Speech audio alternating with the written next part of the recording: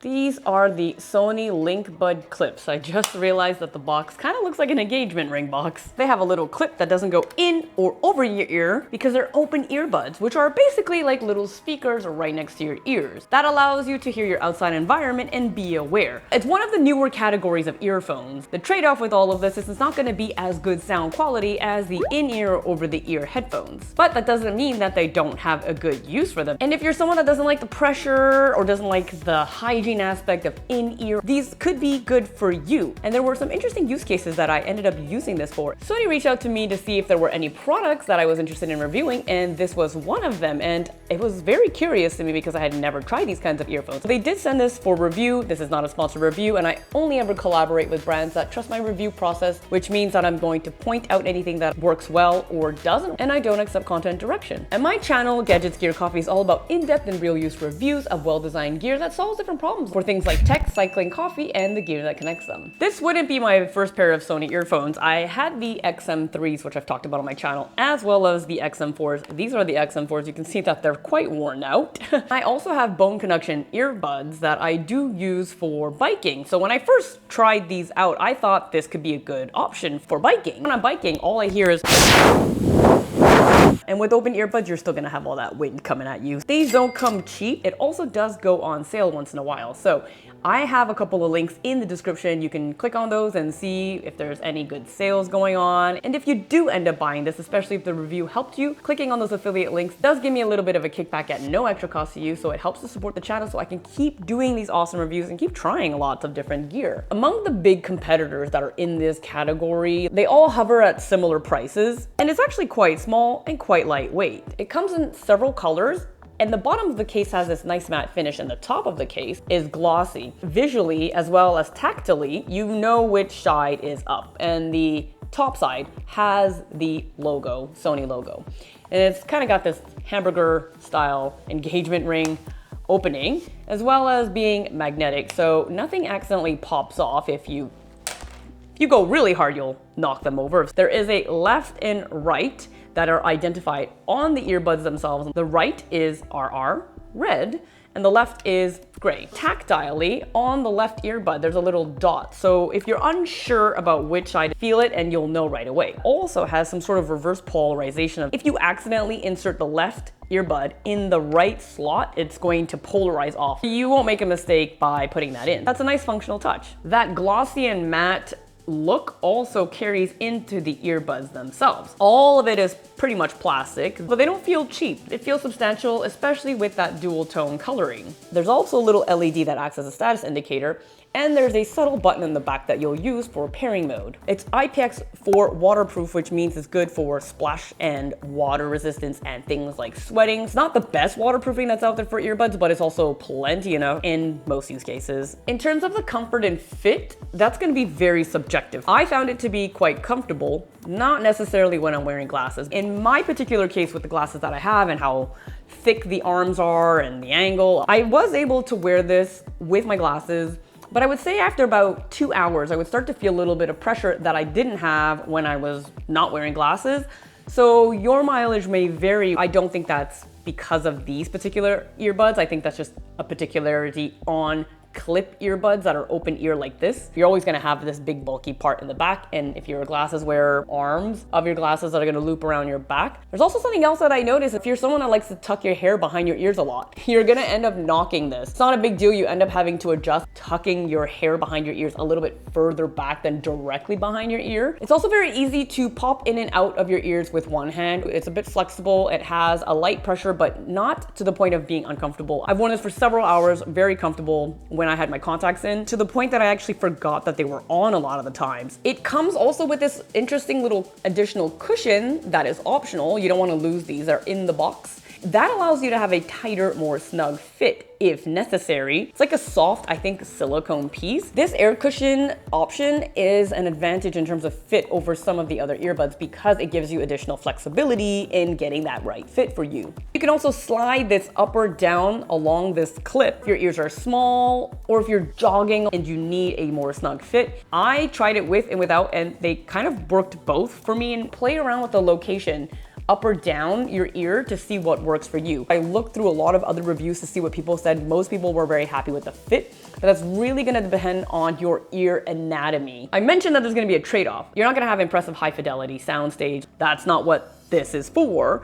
And it still does have pretty good sound. Each one features a single 10mm driver, and they also have DSEE upscaling, which takes compressed audio and places back some details like treble and vocals. You would enable that in the app. If you do turn it on, know that it will kill your battery life a little bit because it's doing a lot of processing in real time. It's only for music subscriptions like Spotify, YouTube Music that uses compressed audio. And I did try it, honestly could not notice any difference, so I just turned it off. Sound signature is going to be subjective. It's not going to be heavy on the bass, but you'll still hear them. It's got pretty good highs, it's got okay mids, and it's got okay bass. You hear a little bit of everything. Here's an example that I recorded. Now, I don't have professional microphones. I have microphones that I use for filming YouTube. I did the best with what I had. But I tell you what, if you like, subscribe, my channel keeps growing.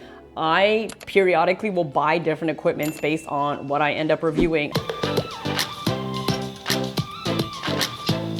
I would say that the sound quality is also going to be a little bit based on anatomy of your ear. How close the speaker and the angle of the speaker and the opening of the little speaker to your ear canal. For music in a quiet environment, I find that they're pretty good. This is a very particular interest. I was camping recently. I just chilled by the fire by myself watching the movie Swapped on Netflix. It's an animated movie. I'm wearing these open earbuds, and at the same time there's a loon and an owl hooting in the background, crickets, and I can hear all of that while I'm watching this movie that is set in nature. That was really cool and a different immersive type of experience.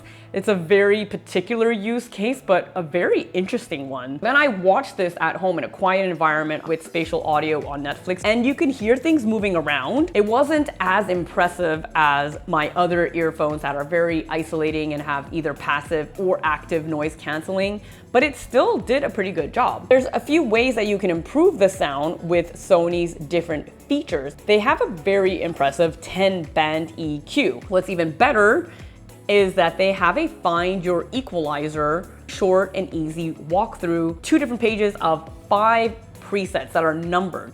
So you listen to your music and then you just choose. The first page, it was pretty obvious which one I liked. On the second page of fine tuning, that got a little bit more difficult, sounded too similar. I was very happy with that result, and then it saves it under your custom 1 or custom 2. If you just want an easy way to tune it, just go with that right off the bat. The maximum volume. It doesn't get that loud. It doesn't get distorted. In a quiet environment, at home when I'm working, I can have it set to like 65% volume, and that's plenty enough. When I was outside on my balcony and there's a little bit of ambient city noise, I had it at max volume and it was loud enough and I was plenty happy with it. Some people may want louder. There's also, unfortunately, no way to adjust the volume on left and right because maybe your 2 ears hear things slightly differently. I think this is something they can add in a firmware update. There is a really good feature that they have called adaptive volume. And based on ambient noise, it'll automatically increase the volume. It's really subtle, but it's still present. It doesn't do it in a jarring way, and it's very quick to respond. It was helpful in situations where I was, for example, cooking. As soon as I washed my hands, it would increase the volume slightly, and then when I would shut the water off, it would go back down. The range hood is on, the fan is blasting, or the oil is splashing. It'll increase and give a little bit of a volume boost, so that was good.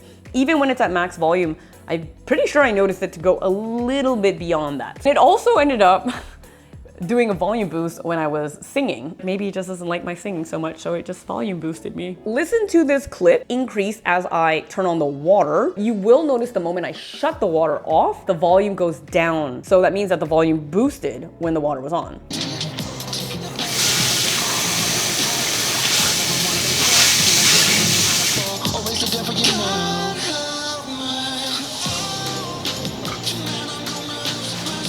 Sony also has 4 listening modes that you can enable through the app or with their tap controls on the earbuds. The first one that you have is standard. Best audio quality for, I would say, music and movies. That mode is the only one that the EQ works. The most full sounding, the most balanced voice boost. Increase the trebles, increase the voice. This is excellent for podcasts. The max volume on the voice boost is going to be louder than the standard. It's also going to have more sound leakage of the bunch. Sound leakage. Let's say you're in a quiet elevator or you're in an open office and you don't want to bother your neighbors and have them hear what you're listening to. Sound leakage helps with that. It does muffle things a little bit though, and I actually didn't find that it made a huge impact when it came to sound leakage itself. Background music, I don't really have a use for this one. The best way that I can explain it is it sounds like you're in a fancy big art gallery and there's like music playing in the background. It's not necessarily echoey. For the sound leakage, I placed a microphone near me to see which one had the most sound leakage, and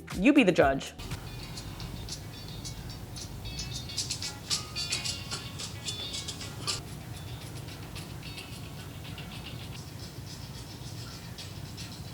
Now the interesting part, what would you use this for? There were a lot more than I initially thought. When I'm cooking, I usually do not have in-ear earphones. These were really good. I still want to hear a little bit what's going on. I'm engaging all of my senses. Hearing how the food is sizzling is very helpful. This actually ended up being great because my speakers were now with me at all times in my ear. Open office, multi-person house, that could be really useful because somebody may end up talking to you and you can still hear them. Instances like gardening, where you want to hear nature, you want to be outside, but you want to have maybe your podcast or listen to music in the background. The last time I went grocery shopping, I had these in my ears because I was testing them. I ended up having to ask a clerk a question, lowered the volume or I paused it, and I was able to still hear them and I didn't have to remove my earbuds. Kind of nice actually. I've also noticed a lot of technicians like air conditioning or plumbers and stuff using these to take phone calls. They can just leave it in their ears and they can still talk to the client. If you're a parent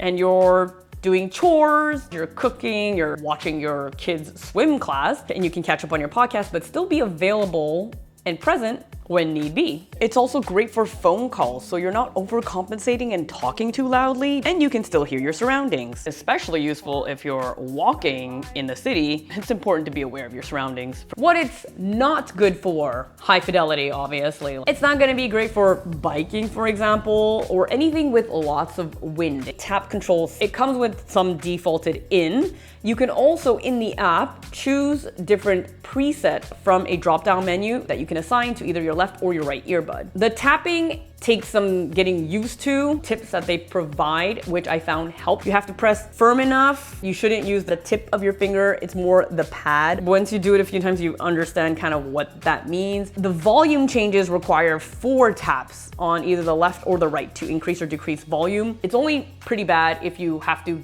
go from really quiet to really loud and you're just constantly tapping a bunch. But in practice, if you were changing it 1 or 2 volume notches, it wasn't that bad. You do get good audio feedback every time you do make any changes. Voice boost.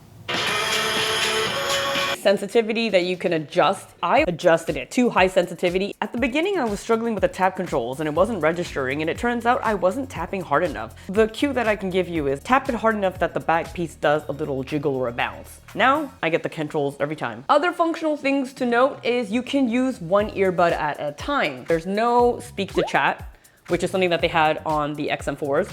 It also doesn't have any auto pause when you remove it from your ears. Don't really care for that feature. Sony is usually really good with battery life. It's 9 hours for the earbuds, the best case scenario. So it's not gonna be max volume. It's not gonna be with the SEE. With the case, has 37 hours total. And you can in fact use the earbuds while the case is charging. You can listen to one earbud while another earbud is in the case charging. Small things that make it very usable. Sony has a really great fast charge. So if you put them in the case for 3 minutes, you get an hour of playback. And that is very handy. Another downside though, is that this is not wireless charging, which I would have expected on a device at this cost. It is USB-C. For the mic quality, it's actually not bad. There's a mix of bone conducting sensors, not bone conducting technology. And I looked through as much literature as I could. They also have this AI technology that removes background sound and then digitally processes it to enhance clarity. What I understand is it's removing background noise, and then the bone conducting sensor knows when you are talking, so it manages the microphone accordingly. It can sound a little bit of robotic, but it does a very good job at isolating your voice. I did a couple of tests. You could not hear any of the background noise. Sound, lots of ambient sound, seeing if it can capture any of that. Here's how this sounds recording from my phone with Bluetooth, walking outside, raining a bit. This is how it sounds, going for a little bit of a jog. So there's a little bit of wind now. Recording the sound, talking with cars going on in the back to see how that sounds. And if you can even hear the cars at all. In terms of connectivity, pretty standard, can connect to 2 devices. I have it connected to my MacBook as well as my Android phone. It is Bluetooth 5.3 for the price. I would have expected a better Bluetooth experience. It's not that the Bluetooth 5.3 is bad, it's just that Bluetooth 6 exists. To swap between your 2 devices, you can use the app, but you can also just pause the music on one device and then play it on the other. There is an odd issue I encountered, but it could be maybe Mac multipoint, which does seem to affect a lot of my connections regardless of brand. While I'm listening to music on my MacBook, when a notification goes off on my phone, the audio from the notifications makes the earphones swap over to the phone. After about 1 or 2 seconds, it will go back to the MacBook. So it interrupts everything and it's not good. And I'm hoping that that's something that can be fixed, or maybe it just has to do with my particular setup with MacBook and Android phone. Option to prioritize sound quality or prioritize Bluetooth. When I was at home, I was playing music on my laptop on my balcony, and I went inside to get something. I had it on prioritize Bluetooth connection. It did a pretty good job at keeping that connection. When I did that same thing with prioritize sound quality, it started to cut a little bit in and out. Prioritize sound quality. Did I notice the sound quality being better? I actually did not. So I just swapped it back to prioritize Bluetooth connection. I like these overall. They're definitely not gonna be for everybody. I can still see a lot of use cases for this being something that can be useful. I don't know if this would be most people's only choice of earphones. Sony is definitely one of the best, I find, when it comes to active noise canceling headphones and earphones. In the open earbuds, this is a new category for them. And now that Sony is in this category, I will be excited to see them further develop this technology. There is one that keeps coming up in this category, so I would be remiss to not mention it. It's the Shocks that are a little bit cheaper and seem to be better overall for sound quality. I hope that this review helped you. If you want to see some other really cool productivity tools that I have reviewed, you can check out this video right here. And if not, this video may be of interest to you, and I'll see you in the next one. Bye.